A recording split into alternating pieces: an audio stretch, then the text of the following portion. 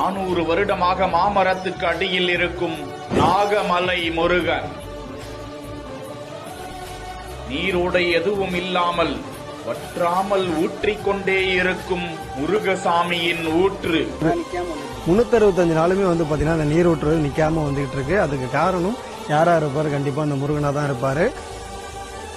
கோவில்களுக்கும் குடிப்பதற்கும் நோய் தீர்ப்பதற்கும் அருமருந்தான ஆச்சரிய ஸ்தலம்.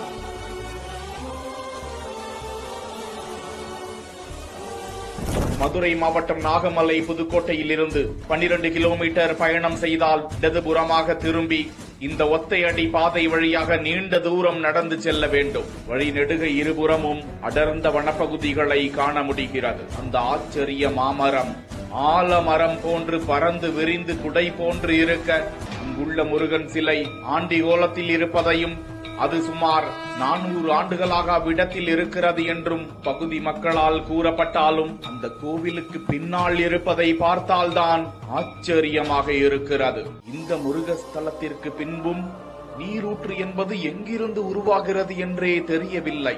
அங்கு கட்டப்பட்ட மேடை ஒன்றில் யாழி வாயிலிருந்து 365 நாட்களும் வற்றாத ஜீவ தீர்த்தம் வந்து கொண்டே இருக்கிறதாம். சுற்றுவட்டார பகுதிகளில் இருந்து கோவில் கும்பாபிஷேகம் உள்ளிட்டவற்றுக்கும் மாலை அணிவித்தல் சடங்கிற்கும் இங்கு வந்துதான் தண்ணீர் எடுத்து செல்கிறார்கள். அங்கு கட்டப்பட்ட தொட்டிக்குள் காலணி அணியாமல் இறங்கி தீர்த்தமாய் நனைந்து செல்கிறார்கள். அங்குள்ள மலைக்குன்றின் அடிவாரத்தில் இருக்கக்கூடிய இந்த முருக வழிபாட்டு தலத்தை மதுரை மக்களே அறியாமல் இருப்பது ஆச்சரியம்தான்.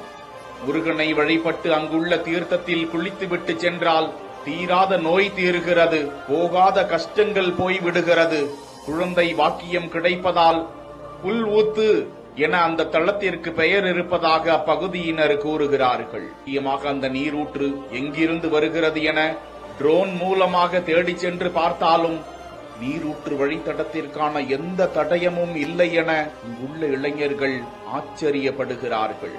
அந்த அதிசய நீரூற்று யாழியின் வாயிலிருந்து வழங்கிக் கொண்டே இருப்பதற்கு அந்த ஈசனின் மகனின் அருள்தான் காரணம் என 100% நம்பப்படும் நிலையில் அவ்விடத்தை அறியாத பக்தர்கள் அங்கு சென்று தரிசித்து பயனடைய வேண்டும்.